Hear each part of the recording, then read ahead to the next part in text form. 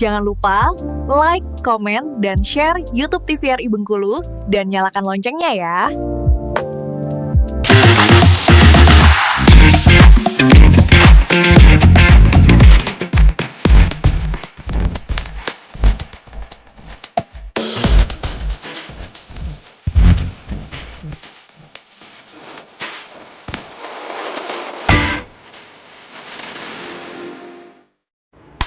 Halo pemirsa Opini, bagaimana nih kabarnya hari ini? Semoga selalu dalam keadaan sehat walafiat dan tetap bersemangat.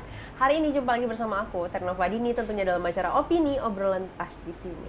Nah, hari ini kita akan membahas tentang obrolan yang sangat positif tentunya. Ya memang Opini selalu hadir ya dengan obrolan yang menarik, bermanfaat dan juga menginspirasi. Tapi hari ini lebih terasa kayak wajib banget nih dipantengin. Tentang apakah itu? Dengan tema kita pada hari ini ngehafal hadis ala anak muda bersama dengan Bang Ewang di sini. Langsung saja kita sapa. Halo Bang Ewang.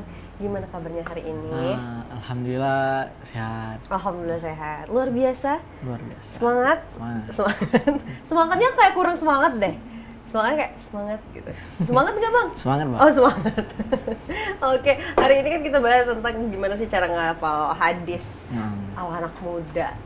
Tapi sebelum itu dikesampingkan dulu, mau bahas tentang Bang Ewangnya dulu nih. Bang Ewang ini asalnya dari mana sih Bang Ewang? Kalau asli dari Lubuk Linggau, biasa disebut itu Rupit, Musirawas Utara, Sumatera Selatan, Mbak. Oh dari Rupit gitu. Oke, ini yang boleh nanya cuma aku ya, nggak boleh Ya. tahu tanya balik ya. Oke. Oke, jadi dari sana ya. Ya. Tapi kuliah sekarang di Bengkulu. Ya di Bengkulu, alhamdulillah. Kenapa nih akhirnya memilih Bengkulu? Pelabuhannya ke Bengkulu gitu.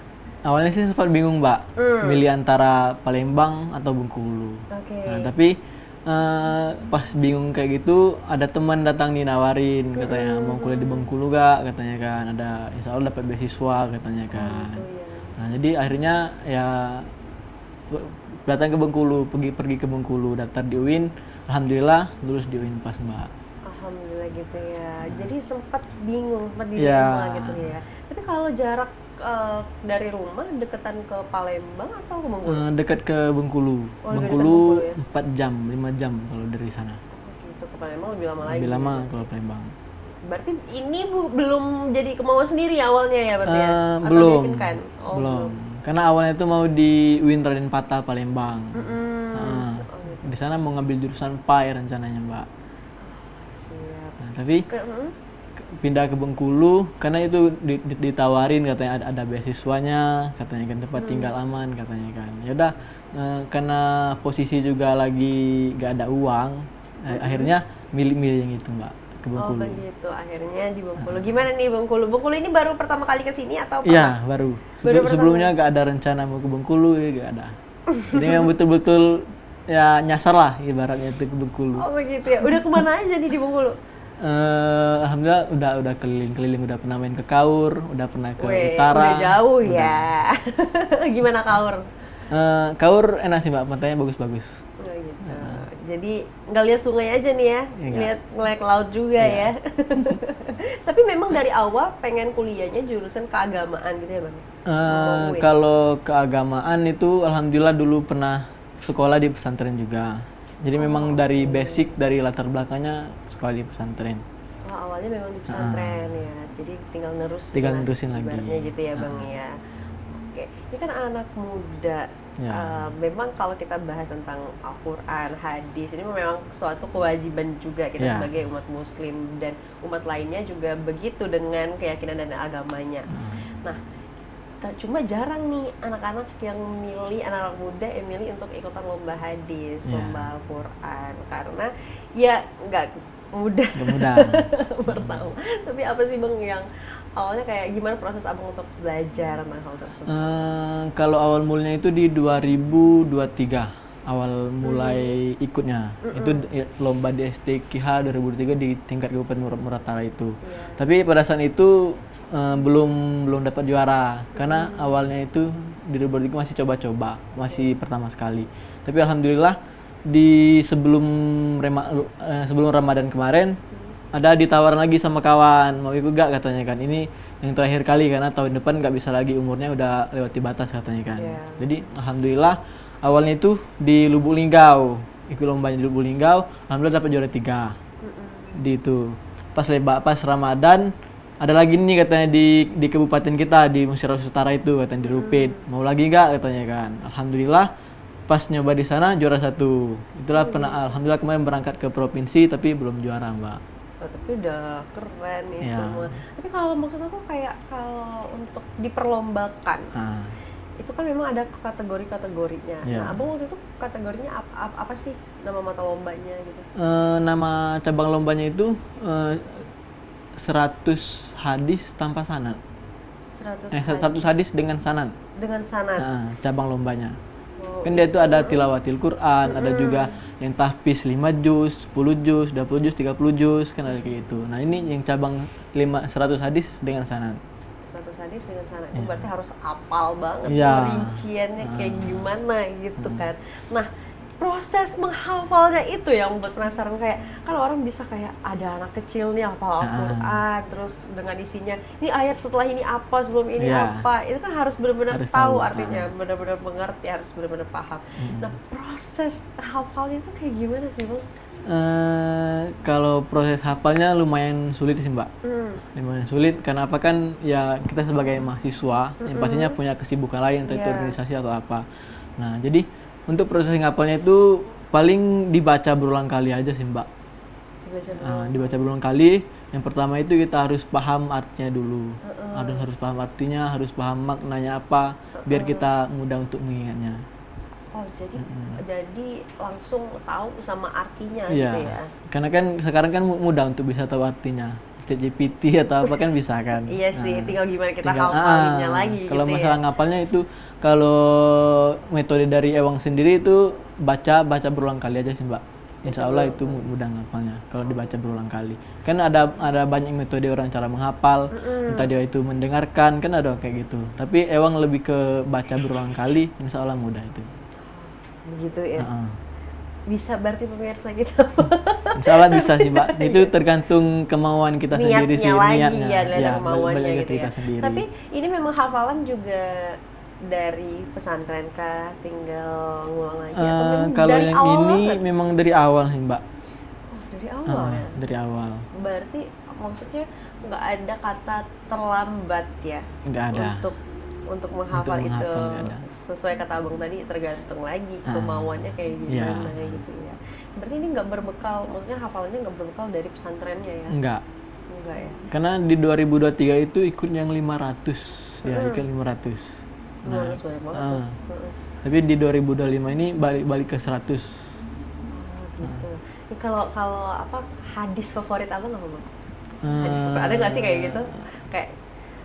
Kayak aduh aku kalau hadis ini kayaknya kayak ngerasa dipeluk, mungkin kayak oh hadis ini yang mengingatkan lagi gitu. Oh, yang itu Untuk ada sih Mbak, reminding. bahwa ada satu hadis apa ya, ketika Rasulullah pokoknya inti dari hadis itu tuh kita tidak boleh apa tuh berbuat jahat kepada orang tua kita, berbuat jahat kepada orang tua kita, yang mengajarkan kita bagaimana cara kita berbakti kepada orang tua kita. Kenapa kan ya orang tua kita itu orang yang harus kita muliakan, yang pertama harus kita muliakan. Jadi dalam hadis itu disebutkan kita tidak boleh berkata A kepada orang tua. Nah, jadi kita berkata A saja tidak boleh, udah besar dosanya, apalagi kalau kita membantah, nggak mau, malas, ibu aja itu, apalagi kayak gitu. gitu ya. Jadi itu. Tapi nasihat-nasihat yang penting Iya, untuk penting. kita semua ya. Jadi memang harus ya dibaca lagi seharusnya ya, harus benar-benar diserap gitu ya. Iya. Tapi ya memotivasi abang sendiri nih, untuk belajar hadis, untuk sampai ikutan Ikut lomba. lomba. Jadi motivasinya Mbak dari temen sih Mbak kayaknya. Dari teman. Soalnya kan Ewang dulu tuh ya balik ke pribadi yang introvert sih Mbak. Oh ya? Iya. Karena dan juga untuk beradaptasi ke itu susah. Oke. Nah, jadi ada kawan ya dia itu nawarin katanya mau ikut lomba gak, katanya mau coba lagi gak, kan kemarin gagal katanya, siapa tahu di 2025 berhasil katanya, bisa katanya kan. Nah, terus dia bilang Saya yakin provinsi kita berangkat bareng-bareng katanya kan. Mm-mm. Nah, saya awalnya ya proses itu gak mudah sih Mbak sebetulnya. Iya, iya. Karena kan pasti banyak cobaan, apalah segala macam, ngadapin mood kita yang kadang mau ngapal, kadang betul. enggak, itu kan pasti susah. Jadi dia meyakinkan, udahlah katanya kan, gak usah mikir yang aneh-aneh katanya kan. Fokus saja ngapal dulu, masalah hasil atau apa segala macam itu urusan nanti katanya kan. Jadi kita fokus ngapal, insya Allah kita berangkat provinsi bareng-bareng katanya kan. Jadi disitulah mulai ngapal, mulai ya fokus untuk ngapal lagi di situ di sebelum Ramadan kayaknya itu. Sebelum Ramadan itu menghafal Iya, itu menghafal ya. lagi. Dan perlombaannya waktu itu di Ramadan. Ya. Berarti gitu. berapa waktu gitu Bang menghafalnya? Kalau persiapannya kemarin tuh lebih kurang 2 sampai 3 bulan sih, Mbak. 2 sampai 3 bulan. Oke. Iya. Itu menurut Abang waktu yang cukup ya untuk menghafal 100 hadis atau sebenarnya Kurang sih, bisa Mbak. lebih lagi? Bisa lebih lagi. Kurang itu ya? kurang kalau gitu. Karena banyak kan. Iya. Harus pakai sanad itu yang harus benar-benar dirincikan. Yang harus dirinci. Tentang apa aja itu Bang yang serinci bagaimana gitu. Jadi kalau yang 100 hadis dengan sanad itu ya kita harus tahu apa tuh sanad, apa tuh namanya itu hadis itu kan dari Rasulullah. Iya. Nah, jadi dari Rasulullah siapa nih yang mendengar selanjutnya? Nah, dari yang mendengar itu dia menyampaikan kepada siapa lagi? Terus yang mendengarkan itu siapa lagi? Sampai orang yang mendengar terakhir kali. Sampai orang yang mendengar terakhir kali. Iya. Jadi kan Itu ada berapa? 100 ya? 100 hadis kayak gitu. Nah, ketika membacakan itu dibacakan semua waktu perlombaan itu dibacakan semua atau bagaimana? Kalau pas lomba itu enggak Mbak. Dia ada 5 soal. Dari 100 hadis itu dia ada 5 soal. Nah, jadi kita jurinya baca misalkan hadis apa gitu. Kita tinggal melanjutkan gitu. Jadi enggak Enggak yang dibaca satu, seluruhnya satu, enggak. Oh, Jadi dia ada soalnya sama lah kayak lomba cerdas cermat kayak gitu. Iya, kan. Kayak gitu. Oh, nanti Kurang lebih kayak gitu. dikasih 5 soal itu ya. Berarti nanti kita maju satu-satu atau secara tertulis? Satu-satu. Maju satu-satu gitu. Oh. Kita misalnya di depan sini, terus jurinya di sana kayak gitu. Langsung ya. Oh, kayak kayak gitu. yang anak-anak baca Al-Qur'an gitu. Iya. Ya. Oh, Yang kayak di TV-TV itu kan. Iya, di TV-TV itu. Oke, nah kita jeda dulu, nanti kita lanjutin lagi ya Bang ya. Untuk pemirsa jangan kemana-mana, tetaplah bersama kami di Opini Obrolan Pas di sini.